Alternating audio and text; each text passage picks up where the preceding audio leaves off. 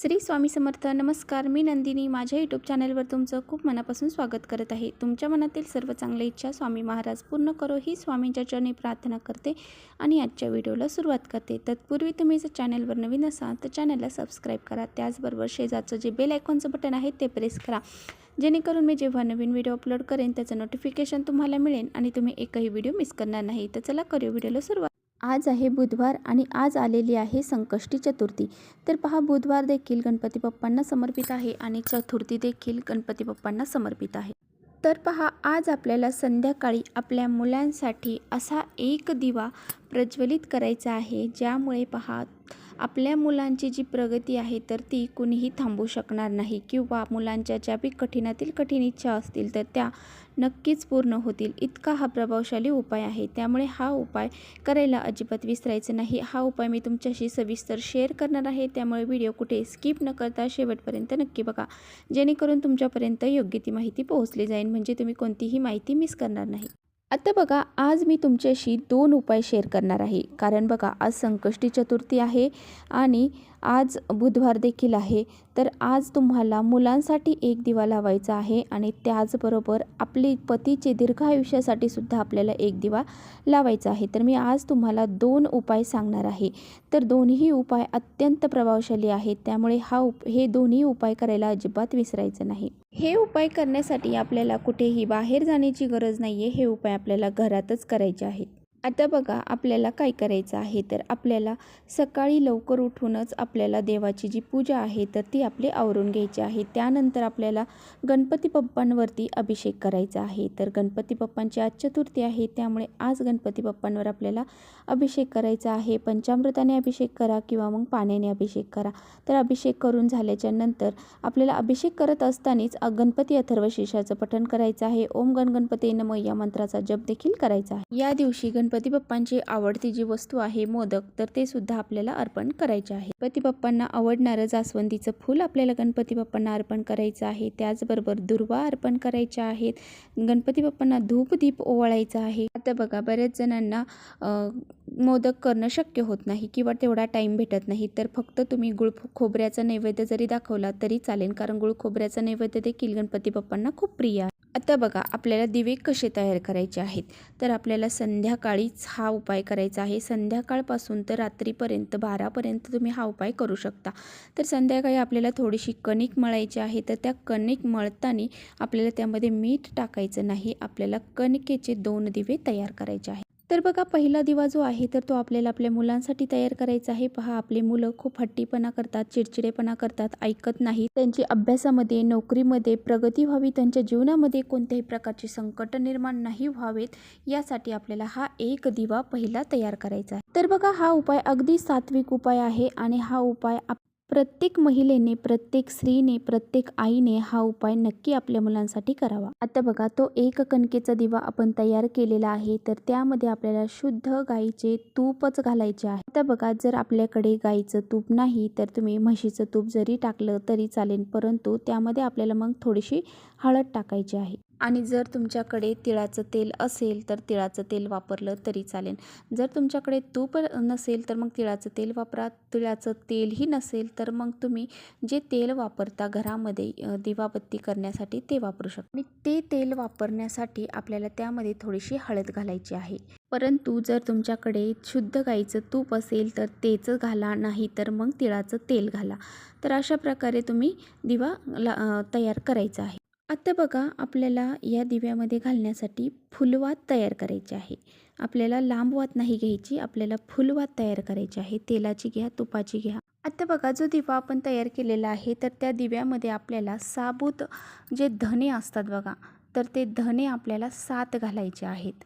आणि त्यानंतर ही जी फुलवात आहे तर ती आपल्याला त्यामध्ये ठेवायची आहे. आता बघा, जे काही आपण साबूत धने त्यामध्ये घालणार आहोत तर ते धने कुठेही किडलेले किंवा फुटलेले किंवा दुभंगलेले असे घेऊ नका.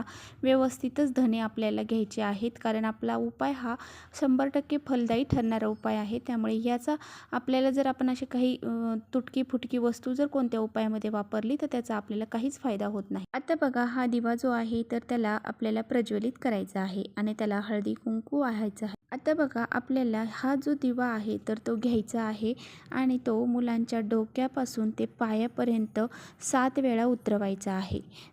तर हा दिवा आपण उतरवल्यानंतर हा दिवा आपल्याला देवघरामध्ये घेऊन जायचा आहे आणि देवघरामध्ये पाशी आपले जे गणपती बाप्पांची मूर्ती असेल, फोटो असेल तिथे आपल्याला लावायचा आहे, म्हणजेच ठेवून द्यायचा आहे. आता बघा आपण हा दिवा गणपती बाप्पांपाशी ठेवल्याच्या नंतर आपल्याला ज्या काही मुलांच्या बाबतीत समस्या आहेत, अडचणी आहेत, त्या सर्व गोष्टी आपल्याला तिथे व्यक्त करायच्या आहेत. गणपती बाप्पांना सांगायचं आहे की आपल्या मुलातल्या जीवनातल्या ज्या काही संकट असतील, अडचण असतील, ते विघ्न असतील ते तुम्ही नक्की दूर करा आणि तो दिवा आपल्याला गणपती बाप्पापाशी तिथेच ठेवून द्यायचा आहे. आता बघा दुसरा उपाय मी तुम्हाला सांगत आहे की दुसऱ्या उपायासाठी सुद्धा आपल्याला कणकेचा दिवाच पाहिजे आहे. तर आपण कणकेचा दिवा बनवलेला असेलच तर दुसरा दिवा आपल्याला घ्यायचा आहे आणि त्यामध्ये आता बघा हा दिवा लावताना आपल्याला यामध्ये फुलवात वापरायची नाही, यामध्ये आपल्याला लांबच वात वापरायची आहे. तर यामध्ये तुम्ही तूप घाला किंवा मग तेल घाला, तुमच्याकडे जे असेल ते तुम्ही त्या दिव्यामध्ये घाला. म्हणजे तूप असलं तर तूप घाला, तेल असेल तर तेल घाला. आता बघा ह्या दिव्यामध्ये सुद्धा आपल्याला 7 साबूत धने टाकायचे आहेत. हे धने आपल्याला माहीतच आहे, जसं सांगितलं आहे मी की खराब धने आपल्याला घ्यायचे नाहीत, व्यवस्थित धने घ्यायचे आहेत आणि ते 7 आपल्याला हे दिव्यामध्ये टाकायचे आहे. आता बघा हा दिवा सुद्धा आपल्याला घेऊन जायचा आहे तुळशीपाशी घेऊन गेल्याच्या नंतर त्या दिव्याला आपल्याला हळदी कुंकू वाहायचं आहे, अक्षदा फूल वाहायचं आहे आणि तो दिवा आपल्याला तुळशी मातेसमोर प्रज्वलित करायचा आहे. तर बघा तुळशी मातेसमोर जेव्हा आपण दिवा लावणार आहात तर दिव्याखाली आपण एखादी प्लेट ठेवा किंवा मग अक्षदा ठेवा किंवा मग फुलांच्या पाकळ्या ठेवा. दिवा असाच खाली ठेवू नका. तर आपल्याला तुळशी मातेसमोर हा दिवा आपल्या पतीच्या दीर्घ आयुष्यासाठी, अखंड सौभाग्यासाठी लावायचा आहे. तर बघा आज संकष्टी चतुर्थीबरोबर करवा चौथ देखील आहे. तर आपल्या इकडे हा जो काही आहे तो व्रत पकडले जात नाही, परंतु बऱ्याचशा बायका, मराठी बायकासुद्धा हे व्रत पकडत असतात. जे फौजमध्ये राहतात पहा त्या सर्वजणी हे व्रत पकडत असतात. मी सुद्धा करवा चौथचं हे व्रत पकडत असते. त्यामुळे जर आपल्याला व्रत करणं शक्य नसेल तर तुम्ही असा हा एक दिवा आपल्या तुळशीपाशी नक्की प्रज्वलित करा. आपल्या पतीच्या दीर्घायुष्यासाठी हा दिवा आपल्याला लावायचा आहे. तर हा दिवा आपल्याला लांबूनच म्हणजे थोडासा लांबच लावायचा आहे. तुळशी मातेला स्पर्श होईल आपला असं आपल्याला तुळशीला स्पर्श होऊ द्यायचा नाही. तर लांबूनच हळदी कुंकू वाहायचं आहे आणि हा दिवा आपल्याला तिथे प्रज्वलित करायचा आहे. तर बघा आपल्याला आता तिथे तुळशी मातेला आपल्या म्हणजे पतीच्या बद्दलच्या ज्या काही इच्छा असतील किंवा आपलं सौभाग्य अखंड राहावं यासाठी प्रार्थना करायची आहे. आपल्या पतीच्या दीर्घायुष्यासाठी प्रार्थना करायची आहे. तिची जर व्यवसायामध्ये प्रगती होत नसेल, नोकरीमध्ये प्रगती होत नसेल तर मग त्यांच्या ह्या गोष्टी ज्या आहेत तर त्या आपल्याला तुळशी मातेला बोलून दाखवायच्या आहेत. म्हणजे तिथे आपल्याला त्यांच्या ज्या इच्छा आहेत त्या व्यक्त करायच्या आहेत.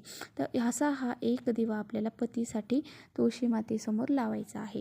तर असं केल्याने बघा भरपूर सारी आपल्या समस्या असतील जीवनातल्या, मुलांच्या बाबतीत, पतीच्या बाबतीत, त्या सर्व समस्या दूर होतात, संकटे दूर होतात आणि त्यांच्या जीवनामध्ये कधीही कोणत्याही प्रकारचं संकटही येत नाही.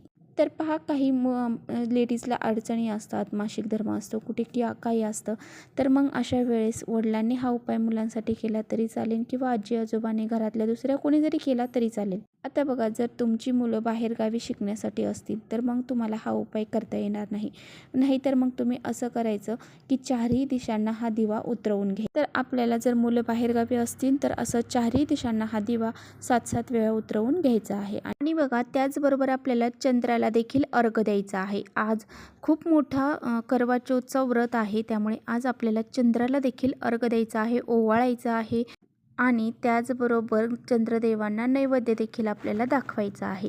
तर अशा प्रकारे आपल्याला हे जर तुम्ही व्रत पकडले असेल तर त्यानंतर मग तुम्ही उपवास सोडायचा आहे. तर अशा प्रकारे आपल्याला आज असा हा एक उपाय करायचा आहे. आता बघा आपण जे काही उपाय करतो तर ते उपाय जे आहेत तर ते आपण अगदी श्रद्धेने आणि भावनेने जर केले ना तर त्या उपायाचं फळ हे आपल्याला मिळत असतं. नेहमी आपल्या मनामध्ये सकारात्मक भावना राहिली पाहिजे. जो आपण उपाय करतो तर त्या उपायावरती आपली श्रद्धा असायला हवी, विश्वास असायला हवा. बघा आपण कधीही कोणत्याही गोष्टीची अपेक्षा ठेवत जाऊ नका. कारण आपण काय करतो की मी हे केले आहे देवासाठी, आता देवाने माझ्यासाठी हे करावं ते करावं अशी आपण अपेक्षा नाही ठेवायची. आपण फक्त उपाय करायचे, श्रद्धे आणि भावनेने उपाय करायचे आणि त्याचं फळ देव आपल्याला नक्की तर चला इथेच करते व्हिडिओचा एंड. व्हिडिओ आवडला असेल तर नक्की लाईक करा. चॅनलवर नवीन असाल तर चॅनलला सबस्क्राईब करा. परत भेटूया अशा छानशा व्हिडिओसोबत. तोपर्यंत श्री स्वामी समर्थ.